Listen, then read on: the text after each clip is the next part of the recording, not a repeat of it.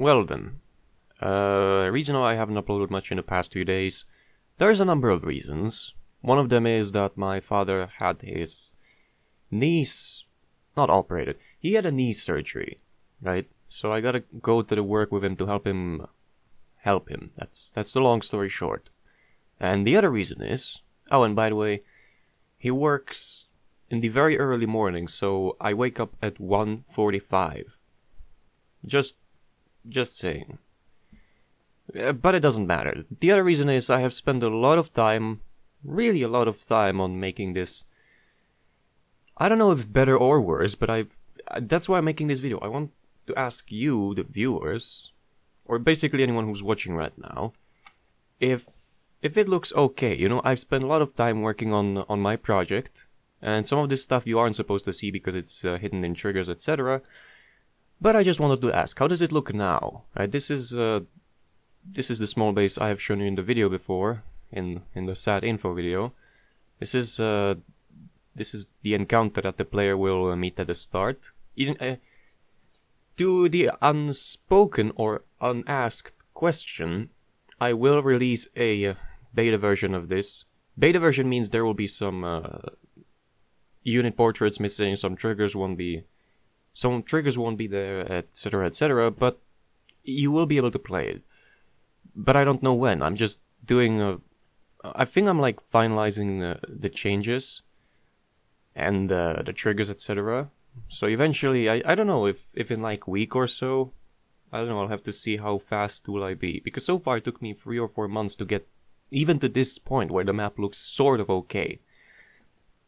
So this is the base, this is the encounter, this is another encounter. You know, if you see those shades, and I think you did, so no point in me trying to pretend like they're not there, player will have aid. It will not be just about ogres, you know. I will keep that a secret, but once you get to play the version, you will see what is the aid. So it's not going to be just about ogres, but the ogres are the main part. And they will have those shades floating around the place, showing them interesting spots or some encounters that the player has no influence in. Just like this one. And there's already 3 Easter eggs.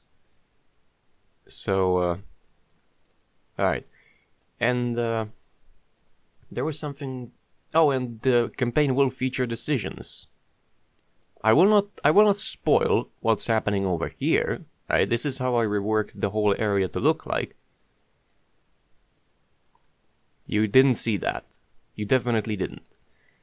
I will not spoil what's happening over here, but here comes first the decision that the player can make.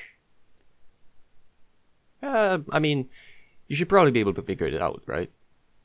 Anyway, and I have not shown you any of the free Easter eggs locations. So if you can find those, and I have triggers in there, you will be notified when you find them.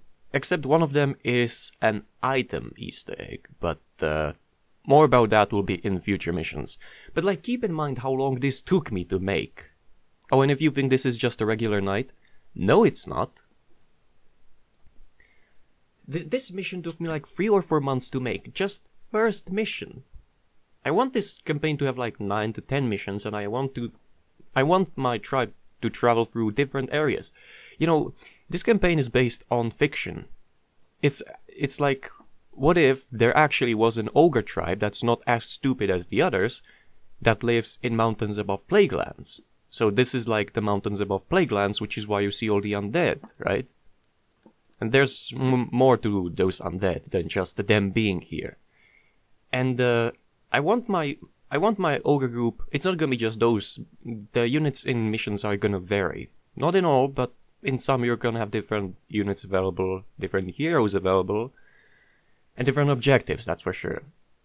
And I want my group to travel through the mountains, which is this mission, then through the Plaguelands, then somewhere south through Scholomance, I think.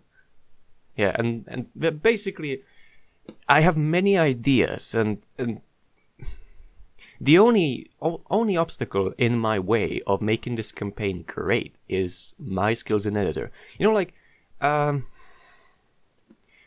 let me show you something. Alright.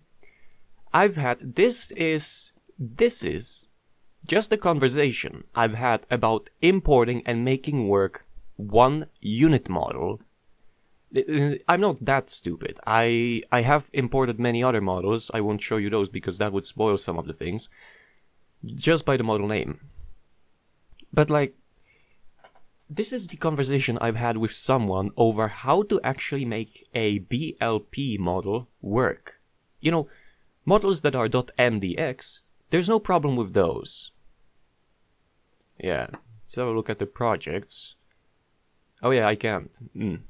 Yeah. Well, fuck it. I'll show you. Here. Sorry, this is the problem this is the thing I had the... Oops. This is the thing that I've had the problem with.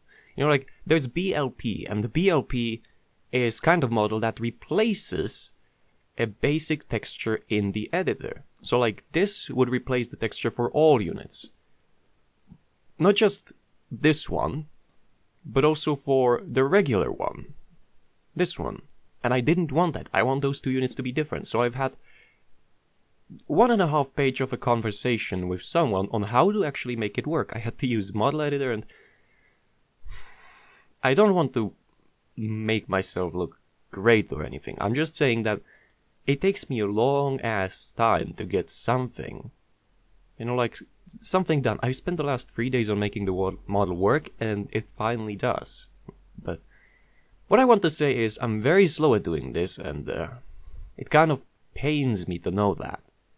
You know, like, I improved at the editor, but God, I wish I could do it much easier, because then I would make my campaign great. But as of now, I can only hope that what I've shown you so far you like, and